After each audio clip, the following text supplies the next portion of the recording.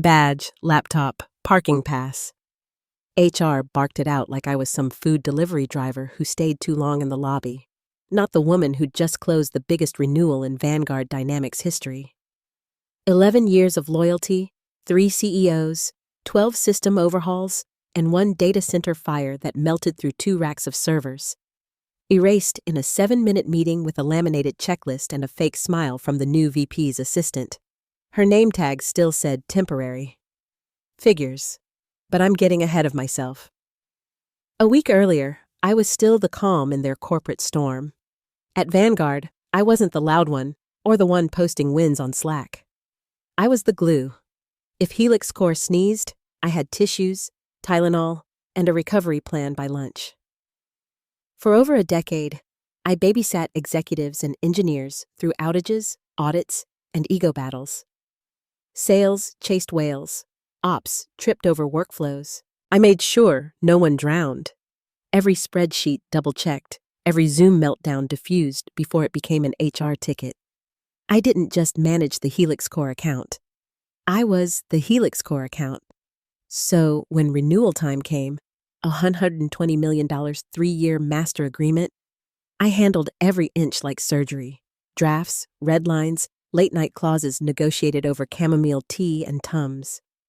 And most importantly, I protected the trust. Helix Core's senior program lead, Carla Wiggins, had one non-negotiable. My team only continues if you stay on oversight. Her exact words. I need your name in the clause, Aaron. Not rep, not liaison. You. I laughed, but I agreed. I tucked it into Addendum B, Section 4.3. Agreement remains valid contingent on continuous oversight by the named strategic director. I initialed. She initialed. Legal skimmed and shrugged. Just Aaron doing Aaron things, right? I even sent Carla a scan copy afterward, joking, just in case things get chaotic. She replied, with your new VP, you bet it will. I didn't take offense.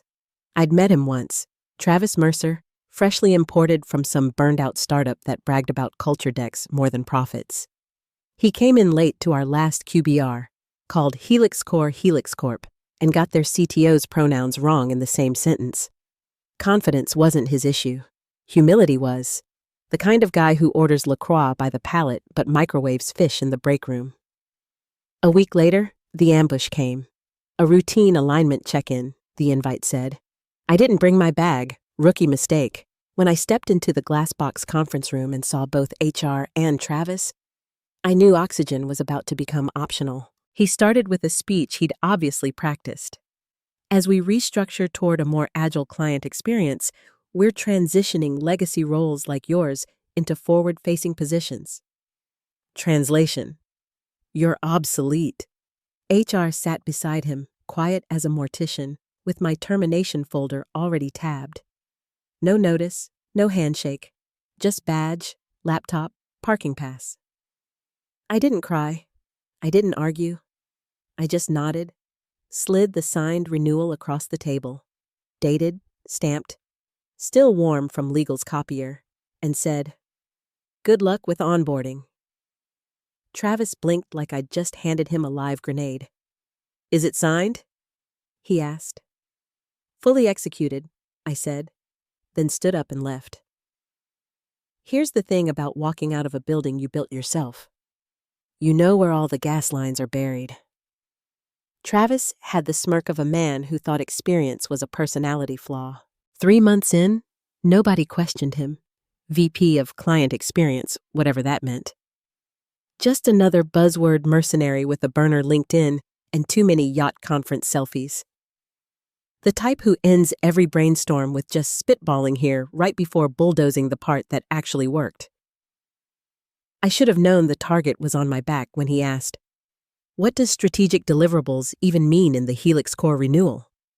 I told him, it means the part where they don't sue us if we screw up. He laughed. I didn't. That afternoon, HR handed me a severance summary, reminded me to clear personal files as if I kept cat photos on company drives. I stared at them long enough to make Travis fidget, fingers tapping the table, that syncopated little power rhythm men use to reclaim silence. I let him tap. Then I turned, coat over my arm, and walked out. No goodbye email, no cardboard box of half-dead succulents, no LinkedIn farewell. But before shutting down my laptop, I opened Gmail, attached that signed renewal, and sent it to Carla. Subject: for your records, executed agreement. Body: let me know if things get chaotic. Hit send. Logged out. I wasn't angry yet. Not exactly. It felt like something had been cut out of me without anesthetic. Clean, cold, surgical. I sat on my porch that night with a flat Diet Coke and the distant hum of traffic for company. No plan. Just one quiet certainty. That contract still had teeth, and my name was carved into every one of them. By the end of that first week, the cracks were already showing. It started quietly, an odd LinkedIn update from Carla. Navigating new dynamics this quarter. Patience appreciated. That was Helix Core code for your house is on fire, but we're still deciding whether to call the fire department or just watch it burn. Then came the silence. Normally, when a 120 mailer renewal landed, Vanguard's marketing team threw a parade. There'd be confetti gifts, champagne boomerangs, and a half-dozen execs reposting the news with hashtags like #strategic growth and client success. But this time, crickets. Not one banner, not one brag post. That's when I knew Travis had no idea what he was sitting on. He reassigned the Helix Core account to a junior manager named Chloe Grant.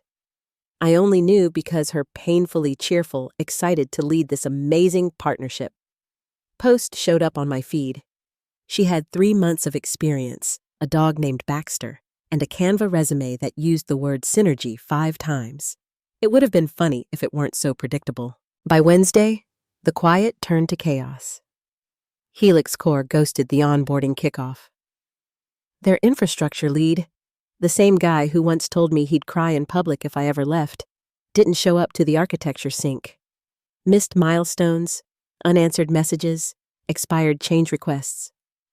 A developer from my old team DM'd me. Did you really leave? No one's heard from Helix since. Chloe submitted the wrong endpoint, and they flagged it low confidence. Low confidence from Helix Core was corporate code for this relationship is dead. We're just filling out the paperwork. But Travis didn't panic. Not yet. He told the exec team it was post-handoff turbulence and that Helix Core would adjust to the new rhythm. He used phrases like relationship fatigue and legacy turnover, as if vocabulary could fix incompetence. I watched it all unfold from the sidelines like someone checking the weather in a town they'd just moved away from. Every leak, every Slack whisper painted the same picture. Helix Core was gone. They just hadn't sent the obituary yet. Carla's team was silent. Too silent. She used to send emails at 3 a.m. with subject lines like, quick ping, updated schema. But now, nothing. That wasn't disinterest. That was strategy. They were waiting, coiled, watching to see if Vanguard noticed the vacuum they'd created. They didn't. I poured myself a drink and smiled into the glass. Travis had no idea what was coming. The beautiful part? I didn't have to lift a finger. The claws would do it for me. It started with an email so beige it was practically invisible. No anger, no exclamation points, just a sterile subject line. Concerns regarding ongoing alignment. Helix Core/Vanguard Q3-Q6 partnership. Carla didn't even sign it. It came from a vendor relations inbox. That's how you know a breakup's official. You're talking to the mailbox now. Travis read it aloud in the Monday leadership call like it was a bedtime story. Standard client jitters, he said, all smirk and swagger. We'll offer a joint sync and reaffirm the roadmap. But Helix Core didn't want a sync. They wanted deliverables, and half of them were already overdue. Documentation wasn't in compliance. Integration workflows had failed tests. The container they'd promised to deploy was still sitting in staging, locked behind permissions nobody had bothered to request. By Tuesday, the CTO lost his cool in a product review. Who approved this deployment? He shouted, slamming his laptop shut like it owed him money. We're in production with zero rollback plan. And your junior account manager sent an editable Google Doc with the API token in the comments. Ops blamed onboarding. Onboarding blamed product. Product blamed realignment. And Travis blamed growing pains. No one blamed me, but they all felt my absence like phantom pain. By Thursday, Carla finally surfaced. Sort of. A short email. We are reviewing contract conditions to ensure mutual compliance has been maintained. Legal caught the scent first. Dana, Vanguard's senior counsel, showed up at the Friday exec call with her glasses halfway down her nose and that look lawyers get when they've already started drafting the obituary. I need clarity, she said. Is the strategic director listed in this agreement still overseeing the Helix Core account? Travis gave a smile so thin it could slice paper. Our new team has assumed responsibilities with full access to prior records. Dana didn't blink. 1 hour later, Helix Core's legal notice hit every inbox in leadership. Subject: formal termination. Helix Core Enterprise Agreement. Cause: material breach. Clause 4.3b. And just like that, the 120-Almoser contract was gone. The Slack channels detonated within minutes. One panicked engineer tagged the entire C-suite with 3 words. What clause? The CFO stormed out of his office mid-call. Someone in marketing fainted, or maybe pretended to.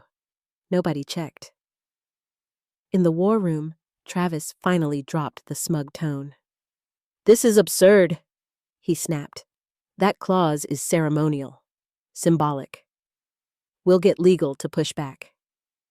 But his voice cracked on the word symbolic, and the room went dead quiet. Dana didn't need to raise hers. She just scrolled slowly through the PDF on the big screen until the words appeared like a loaded gun. Strategic oversight must remain under the designated officer unless mutually amended in writing by both parties. In absence of said officer, the agreement may be considered materially void. She looked up. Clause 4.3b, initialed by both Helix Core and Aaron Calloway. The silence after that was thick enough to choke on. Travis tried to laugh it off, but it sounded hollow. That doesn't mean... It means exactly what it says, Dana interrupted. She rotated her laptop so everyone could see the signature log.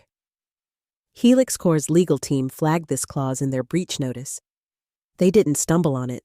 They planned for it. The CFO turned pale. Materially void. Jesus, that means we're exposed. Not just exposed, Dana said, voice flat as glass.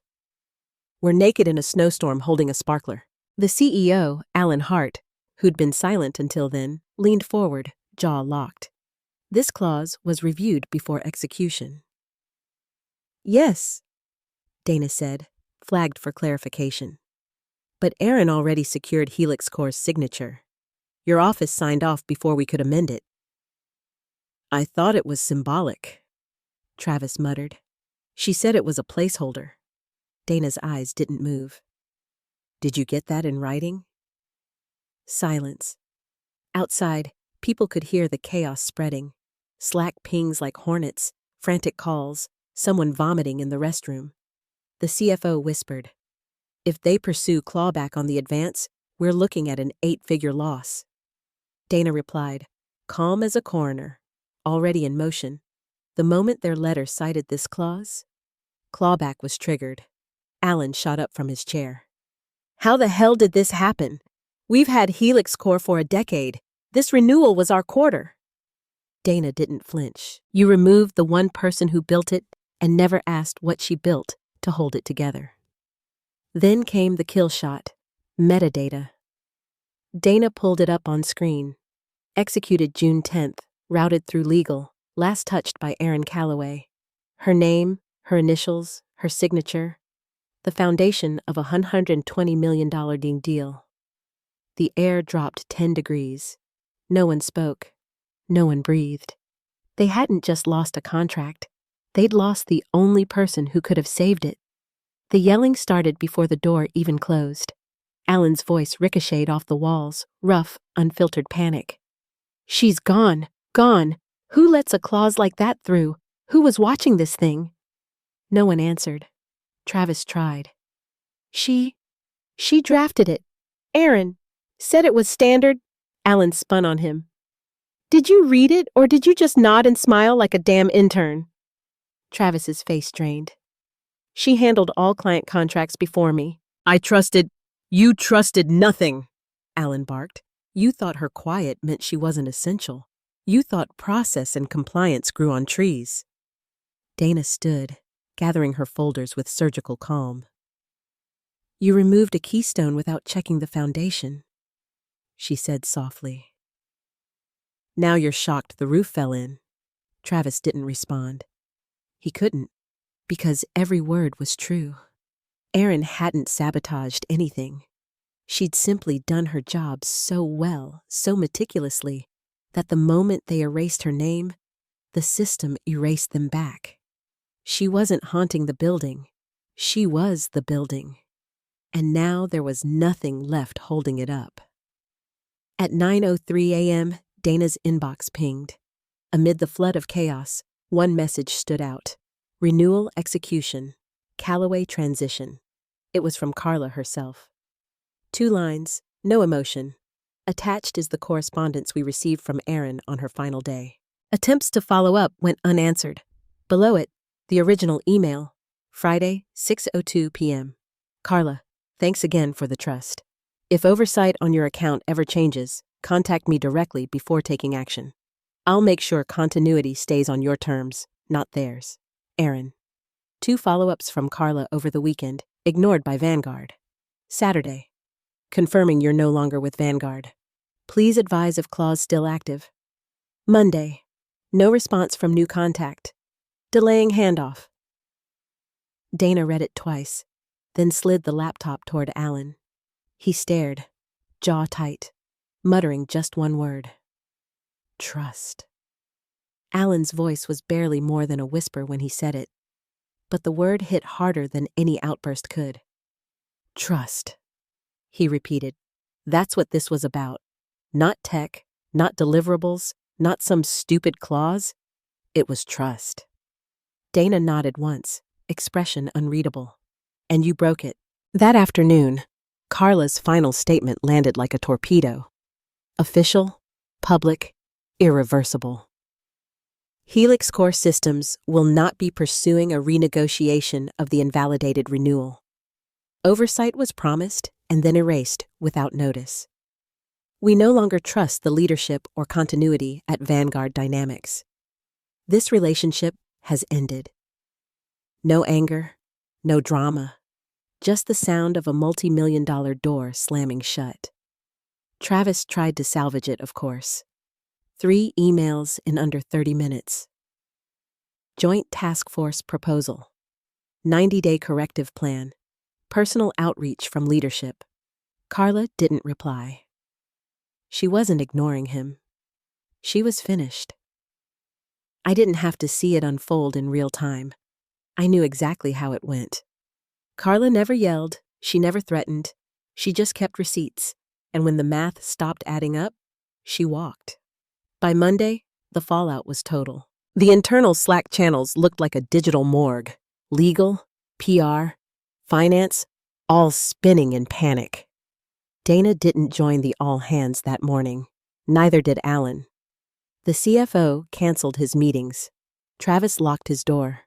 Across the company, my name wasn't spoken aloud, but everyone felt it, humming under every conversation like low voltage under floorboards.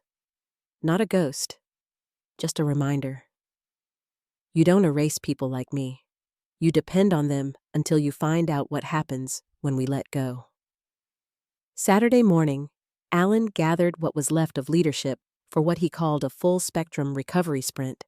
It sounded like something ripped from a TED Talk, but no one was smiling. He wanted solutions, scapegoats, miracles, anything. Dana had none to offer.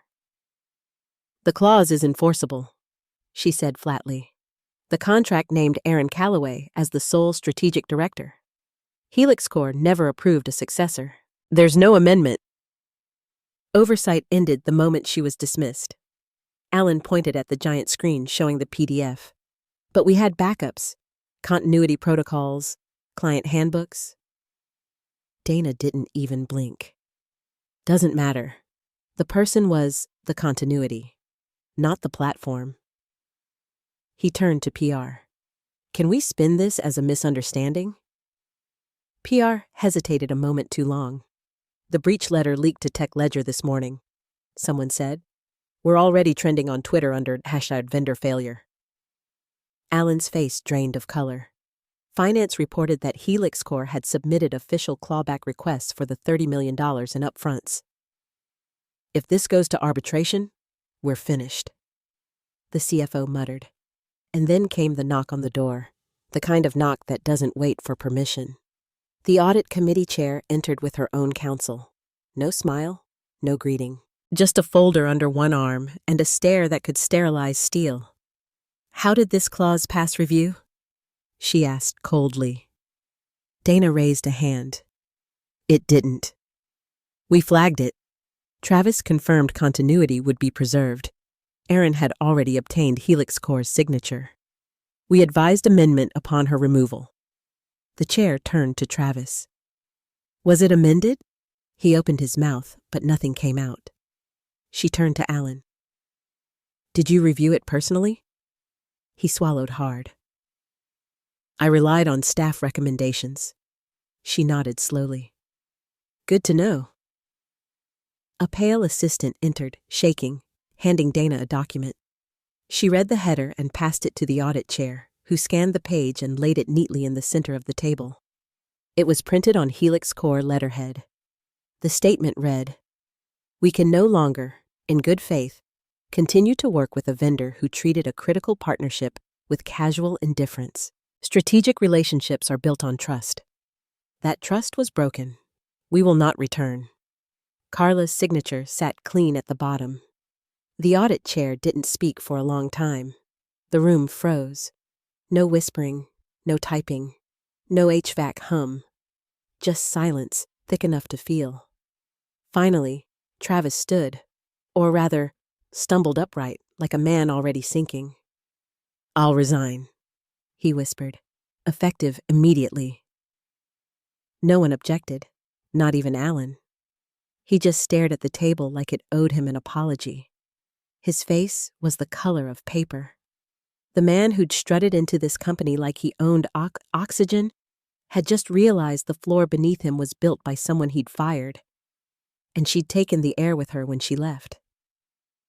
The final board meeting wasn't on the calendar, but everyone knew it was happening. No catered lunch, no bottled water, just a half circle of grim faces under fluorescent lights that buzzed like a bad conscience. Alan sat at the head, sleeves rolled up, tie gone, staring at a pile of notes that no longer mattered. Say it again, he muttered. Someone, anyone, explain it to me. On what grounds did they pull the plug? Dana didn't look up. She opened the contract, the same one that had been printed, highlighted, and creased to exhaustion, and slid it across the table. Read it yourself. Alan's fingers hovered above the page, as if touching it might burn him. The text stared back in merciless black and white. Strategic oversight must remain under the designated officer unless mutually amended in writing. Beneath that line, my name, Aaron R. Calloway. He read it once, twice, then leaned back, exhaling like the air had betrayed him.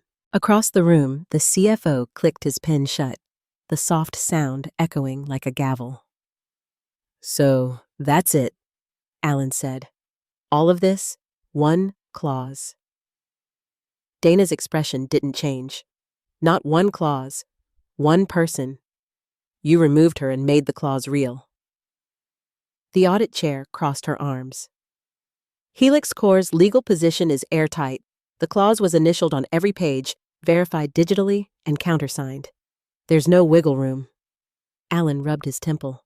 There has to be a remedy, some arbitration, some back channel. Dana shook her head. None that won't make us look worse. The breach is material. The clawback's already processed. We'll be lucky if investors don't freeze the line of credit. The CFO's phone buzzed. He glanced at the screen and went pale. Too late. Tech Ledger just published the letter. The room deflated. PR murmured something about managing optics, but everyone knew it was pointless. The hashtag was spreading. The claws girl. Alan pushed back from the table and paced like a caged animal. We built this company for a decade. Helix Core was our cornerstone client. How does a single employee hold the entire system hostage? Dana finally met his gaze. Because she wasn't an employee, she was infrastructure, and you never noticed. The words hit like a hammer. By Tuesday morning, the investors were circling like vultures. 2 board members called emergency sessions. The audit chair had her legal counsel parked outside the conference room. HR was instructed to cooperate fully with leadership transition, which everyone knew was code for prepare the paperwork. Travis's name had already been stripped from the internal directory. Someone had removed his access before lunch, and rumor had it he didn't even come to clear his desk. Alan looked smaller with each hour that passed. The swagger was gone. He wasn't the visionary CEO anymore, just a man staring at the ruins of his own arrogance. He muttered things like, "We can rebuild and maybe Carla will reconsider," but no one believed it. Dana stayed professional, but even she had stopped using the phrase damage control. It wasn't damage anymore. It was collapse. That afternoon, another headline dropped. Vanguard Dynamics faces 120 lamo. Contract void over governance clause. The article quoted an unnamed source inside Helix Core. Oversight was the relationship. They removed it. We responded accordingly. Stockholders panicked. The value plummeted 32% by market close. Alan's assistant burst into the room mid-call, waving her phone. The board chair wants an emergency with compliance and audit. He didn't answer. He just stared at the screen showing the company's internal chat feed, a cascade of resignation messages, farewell emojis, and disbelief. At 6:12 p.m., Dana closed her laptop with finality. That's it. They're finished. Alan didn't move. His voice, when it came, sounded far away. She warned us, he said quietly. Didn't she? Dana nodded. She gave us everything. We just never bothered to read it. Outside the boardroom, the halls were empty. Half the monitors were black. Somewhere in the distance, someone was laughing, bitter, exhausted, half-crazed. The kind of laugh you hear in disaster movies when the building's already on fire and someone finally realizes the sprinklers don't work. And me? I wasn't there. I was home, in my small house on the edge of the city, watching sunlight crawl across my kitchen floor, a mug of coffee going cold in my hands. No emails, no alerts, no alarms. Just peace. I wasn't the problem. I was the safeguard. They fired both. By midweek, Vanguard Dynamics wasn't a company anymore. It was a case study in what happens when ego rewrites competence. The audit committee took over operations, suspending all new projects and freezing executive privileges. Alan's calendar disappeared from the shared drive. Half the staff assumed he'd already been escorted out, but he was still there, haunting the upper floor like a ghost that refused to leave the house it ruined. The official email hit Friday morning. Effective immediately, the board has accepted the resignation of Travis Mercer, VP of Client Experience. Interim leadership appointments forthcoming. No mention of Alan. No acknowledgement of the 120 AMR hole. Just sterile words trying to hide panic.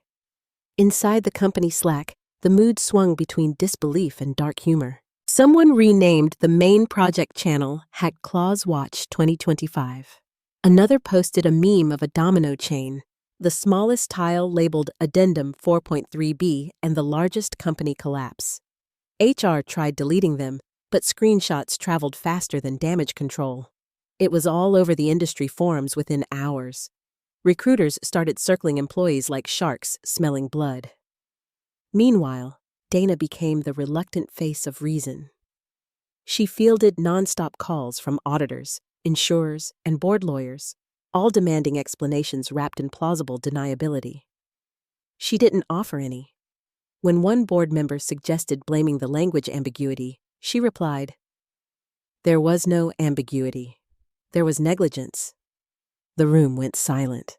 Alan barely spoke. He sat at the edge of conference tables, hands clasped, staring through glass walls at the city skyline he'd once bragged he could dominate in 5 years. Now it looked like a reflection of failure, bright, distant, unreachable. The CFO handled crisis calls with investors who wanted reassurance there was still a company to salvage. There wasn't. Helix Core's termination set off a domino effect. 2 other major clients paused renewals pending governance review. By Monday, the accounts receivable pipeline was drier than the Arizona desert. And in a quiet irony only corporate tragedy can provide, people started whispering my name like folklore. Not out of anger, out of awe. The woman who'd built the bridge, been pushed off it, and somehow left it rigged to collapse after she was gone. They called it the Callaway Clause. Some said I'd planned it. Others swore it was an accident. They were all wrong. It wasn't revenge. It was documentation. The difference is subtle but fatal to people who don't read what they sign. Tech Ledger ran a follow-up story titled "The Clause That Broke Vanguard." They called me a forgotten architect of continuity and quoted a former engineer saying, "She didn't just know the system, she was the system." The comments section was brutal. Some praised me as a quiet genius. Others mocked the execs for arrogance. My phone buzzed nonstop with messages from ex-colleagues. "You really did it, didn't you? They deserved it. You're a legend." I didn't reply to any of them. I wasn't celebrating. On the porch that night, I watched lightning roll across the horizon. The air smelled like rain and ozone and something final. 11 years of effort, of keeping fragile egos from imploding, of fixing systems and people who didn't know they were broken. It all ended in silence. For once, that silence felt earned. Back at Vanguard, the cleanup was chaos. PR scrambled to draft statements about organizational restructuring and recommitment to client excellence. The audit chair didn't buy it. She arrived at the final debrief in a black blazer sharp enough to cut glass and said, "This isn't a PR issue. It's an ethical one." Dana nodded, arms crossed, exhausted but steady. "They thought loyalty was cheap," she said. "Turns out, it had a clause." Alan didn't argue. He didn't move. He just sat there, fingers on the table, eyes on the floor. The man who'd once opened investor meetings with champagne now stared at the carpet like it might explain where everything went wrong. The answer, of course, was written months ago, in black ink and clean logic. But he'd never read it. He'd fired the only person who had. The final collapse didn't happen with shouting. It happened with paperwork. 12 attorneys, 3 auditors, and 1 exhausted CEO signed the company's obituary in silence. Vanguard Dynamics officially entered strategic restructuring, the phrase corporations use when the fire's already out of control. Alan's resignation letter circulated that afternoon, short and stripped of dignity. Effective immediately, I am stepping down to facilitate the organization's transition. No apology, no reflection, just the emptiness of a man who'd finally run out of words. The board accepted it before his digital signature even finished syncing. By sunset, his nameplate was gone from the office door. The news broke an hour later. Tech Ledger ran the headline, "CEO resigns following 120 in those. Contract collapse." Investors demanded audits. The stock cratered another 20%. Helix Core's press team posted one last clean statement on LinkedIn. Trust is not a checkbox, it's continuity. We wish our former partners the best in rebuilding. No hashtags, no PR gloss, just a closing note that felt like a warning carved in glass. Inside Vanguard, the light stayed on, but no one spoke above a whisper. Departments dissolved, contractors vanished. The war room where Travis once preened was now a storage space filled with old monitors and broken chairs. HR began calling it the mausoleum. Dana stayed until the end, cleaning up the mess she'd warned them about months before. When the auditors left, she packed her files into a single box, locked her laptop, and told the intern on duty, "If anyone asks what happened here, tell them the truth. They fired the guarantee." Then she walked out. Somewhere around that time, an email landed in my inbox. It wasn't from anyone at Vanguard. It was from Carla. "Aaron, I thought you'd want closure. They voided the clause, but we never voided gratitude. Thank you for the years you kept us steady. You didn't just protect a contract. You protected trust. And that's rarer than any renewal." I read it 3 times, then closed my laptop. There was nothing left to reply. Weeks passed. Recruiters reached out with job offers, compliance director roles, client operations leaderships, consulting gigs with more money than I'd ever made. I ignored them all. For the first time in over a decade, I didn't owe anyone an explanation. My mornings were quiet. My coffee didn't go cold while I put out fires. I started walking the trails near the lake again, breathing air that didn't smell like burnt ambition. But every so often, I'd open that old PDF, the one with my initials and Carla's, and scroll to Clause 4.3b. There it was, plain as truth. Agreement remains valid contingent on continuous oversight by the named strategic director. They thought it was a formality. They treated it like background noise. They never realized it was the beam holding up the ceiling. In another life, maybe they would have learned. Maybe Travis would have asked instead of assumed. Maybe Alan would have read what he signed. Maybe someone would have noticed that the person holding the house together wasn't the loudest, just the most reliable. But that's not how it went. And maybe that's fine. Because not every collapse is tragedy. Sometimes it's a lesson written in legalese. I still keep the contract, printed, folded neatly in a drawer. Not out of pride, but as proof that silence has power. Every signature carries weight. Every overlooked clause is a future headline waiting to happen. They learned that the hard way.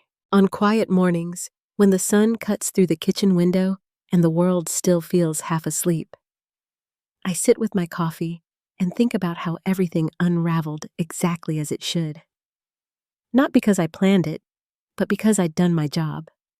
Thoroughly, honestly, completely. And when you do things completely, they have consequences, whether you're there to see them or not. So, no, I wasn't the problem. I was the safeguard, the clause, the continuity, the calm inside the storm. They fired me, and with me, they fired their guarantee. And somewhere in the remains of their glass towers and polished boardrooms, someone finally understood what that meant.